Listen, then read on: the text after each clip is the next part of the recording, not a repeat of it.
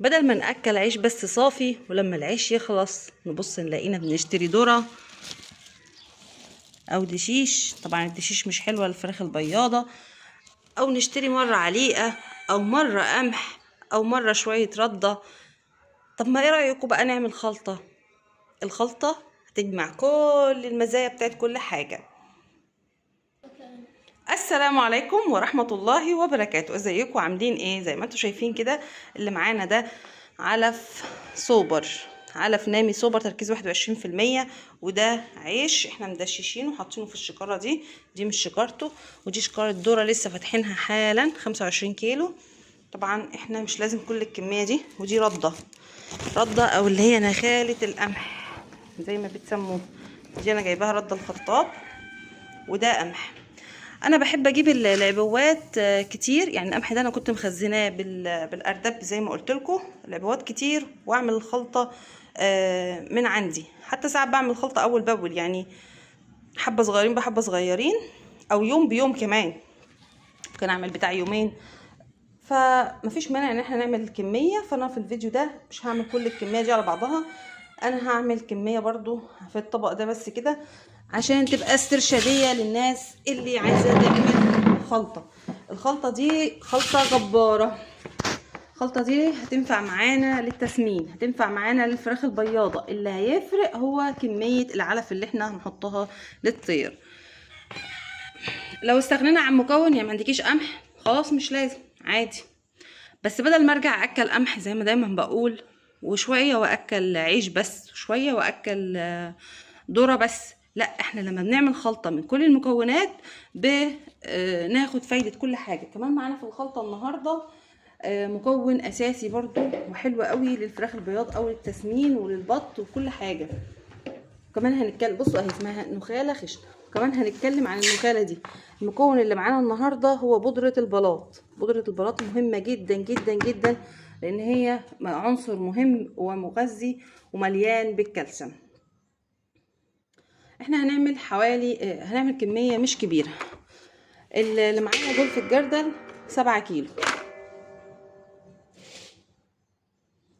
حتى هنحط اول حاجه القمح معانا اهو، دول 7 كيلو. حط نصهم بس كده يا محمد، بس كده.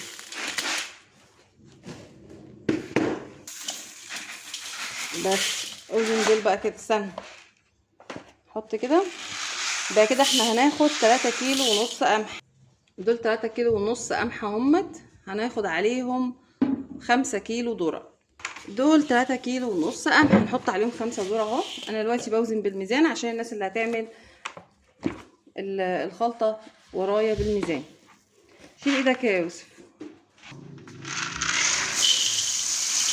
وهنا بقى احب اقول لكم ان الحبوب دي مهمه جدا جدا جدا للفراخ البياضه وللتسمين بالذات. لو بط بقى ده بديل التصغير. حطي قمح بقى على ذره كده على عليقه، ده بديل التصغير. هنحط بقى عليهم العليقه كده. حطينا 5 كيلو عليقه، علف تركيز 21%. لو احنا بقى عايزين بديل تصغيط يبقى كفايه الخلطه دي كده بس، كفايه الخلطه دي بس. مش لازم رده ومش لازم مش لازم رده ومش لازم عيش. لكن احنا دلوقتي لسه شويه على التصغيط، وحتى كمان اللي عندنا احنا ما فيش مشكله ان انا اظبطهم. هنحط بقى كمان عيش. العيش احنا حطينا قمح 3 كيلو ونص، فهحط انا بقى تاني 3 ونص عيش، و 2 كيلو او 3 ونص برضو رده. يبقى الذره هو بس اللي خليته 5 والعليقه 5. يبقى كده هنحط كمان 3 ونص عيش. يبقى القمح والعيش والرده نفس المعيار. اللي هنزوده الذره والعليقه. لو العليقه حابين تزودوها تخلوها 10 كيلو كمان مفيش مشكله، بس انا عشان عندي طيور كبيره فمش حابه احط اكتر من كده. طبعا انا كل ما احط مكون اقلب كده. هنحط بقى الرده برضو. مين يا محمد هات رده كده؟ محمد بيوزن لنا الرده، بيعايرها وهنشوف ميزانها. يبقى كده احنا لو حجينا حسبنا عدد الكيلوهات بتاعه الخلطه، 3.5 قمح، 3.5 قمح، 3.5 عيش، 3.5 رده، يبقى الاجمالي بتاعهم 10 كيلو ونص.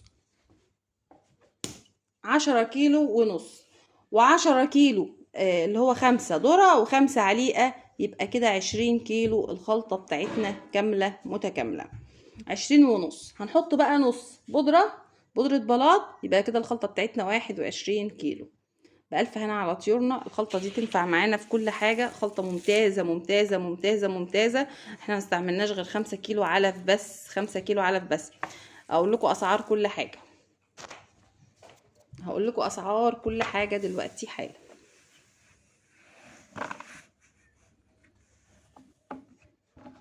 نقلب بقى مع بعض. الردة الشكارة ما كملتش 500 كيلو، 500 جنيه. بقول لكم انا بجيب كل حاجة بالشكارة، فالاسعار بتبقى بالشكارة برضو، لكن هقول لكم اسعار القطار بالراحة. اهم حاجة ما توقعش، انا مش عندي مهم السرعة، انا عندي ان احنا ما نوقعش. نرجع لمرجعنا. العيال بيحبوا يعملوا كل حاجة، بس ايه، انا ما بحبش الحاجة تتبهدل اهو. يلا احنا هنقلبها تقليبه كويسه تمام التمام، يعني ما تقلقش. الرده احنا حطينا 3 كيلو ونص. الرده تقريبا متوسط من 12 ل 13 14 بالكتير، ده في المحلات. القمح انا كنت جايباه من سعر الارداب، فكان عامل حوالي 13 جنيه. لو احنا هنشتريه مثلا قطعي كده قولوا برده 14 جنيه. الذره ب 13، كبيره 14 برضو. العليقه هي ال 22 23 على حسب الاماكن. احنا بقى مش بنتكلم في خلطه موفره وخلطه مش موفره. العيش على فكره سعره غلي، العيش بقى ب 15 جنيه الكيلو. في اماكن فيها رخيص، بس احنا عندنا هنا سعر واخد حقه. انا ما بشتريهوش يعني، ما اكدبش عليكم. بطاقه التموين ربنا يخليها لنا يعني.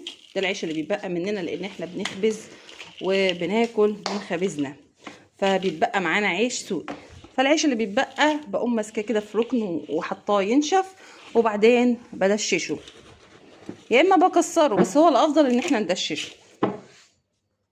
الخلطه دي يا جماعه والله العظيم بجد ممتازه ممتازه ممتازه ممتازه. الرده الناس اللي بتقول بتخسس، ما بتخسسش. الرده فيها نسبه كالسيوم كبيره. الحبايه الكامله بتاعت القمح دي برضو الحبايه الكامله برضو بتخلي ان الغذاء كامل، بتزود حجم الحاجه معانا. احنا لو جينا حسبنا الخلطه دي، يعني مثلا لو قلنا 13 في 10 ب 130 جنيه، و5 كيلو ذره ب 65 جنيه كمان، يبقى 195 جنيه. و5 كيلو عليقه، لو قلنا العليقه بلاش 22، حتى لو قلنا ب23، يبقى ال5 كيلو من ال10 في ال5 كيلو يعملوا 115 جنيه. 115 5 يبقى كده 310، يبقى دول 20 كيلو ب 310. شكارة علف هم 21 كيلو كمان ب 310. بس مش هحط كل ده، هم دول بس. وده نص كيلو بودرة البلاط، مش بفلوس والله. الشكارة كلها اصلا بتبقى ب25 جنيه. هنقلب بقى كل ده، وتبقى دي الخلطة بتاعتنا المعتمدة. ربنا يا رب يحسن ما بين ايدينا وايديكم، ويرزقنا واياكم الرزق الحلال الطيب المبارك. هنقلبها كويس، وهعبيها بقى في شكارة واطلعها للطيور، او اعبيها في جرادل زي كده. اتمنى يكون الفيديو بتاع النهارده استفدتوا منه ولو بمعلومه بسيطه. ولو حد عنده اي استفسار او اي سؤال، كل حاجه، كل مكون من المكونات دي لها فايده، وكل حاجه محسوبه بدقه، والخلطه دي مجربه، وما تقلقوش منها خالص، واتكلوا على الله وربنا يحسن ما بين ايديكم. مش لازم ناكل علف صافي، لو اكلنا ذره برضو صافي او دشيش صافي بيخلي الفراخ تليس. العيش بيخلي الحاجه تسيف، وما بيخليش الحاجه تدينا انتاج بيض، بتليس كمان معانا بالنسبه للبياض. ولو تسمين الحاجه برضو بتسيف في الفراخ البلدي، وما بتديش لحم معانا. الحبوب المهمه جدا جدا جدا، الحبوب بالنسبه للبياض مهمه وكويسه. بالنسبه لحاجه التسمين والبط بالذات بتخليه يملط معاكي، ده يعتبر بديل التسمين. اتمنى تكون الخلطه بتاعت النهارده عجبتكم. لو عجبكم الفيديو ما تنسوش تحطوا لنا لايك، وكمان كومنت حلو زيكم يفرحنا ويشجعنا. ومع السلامه.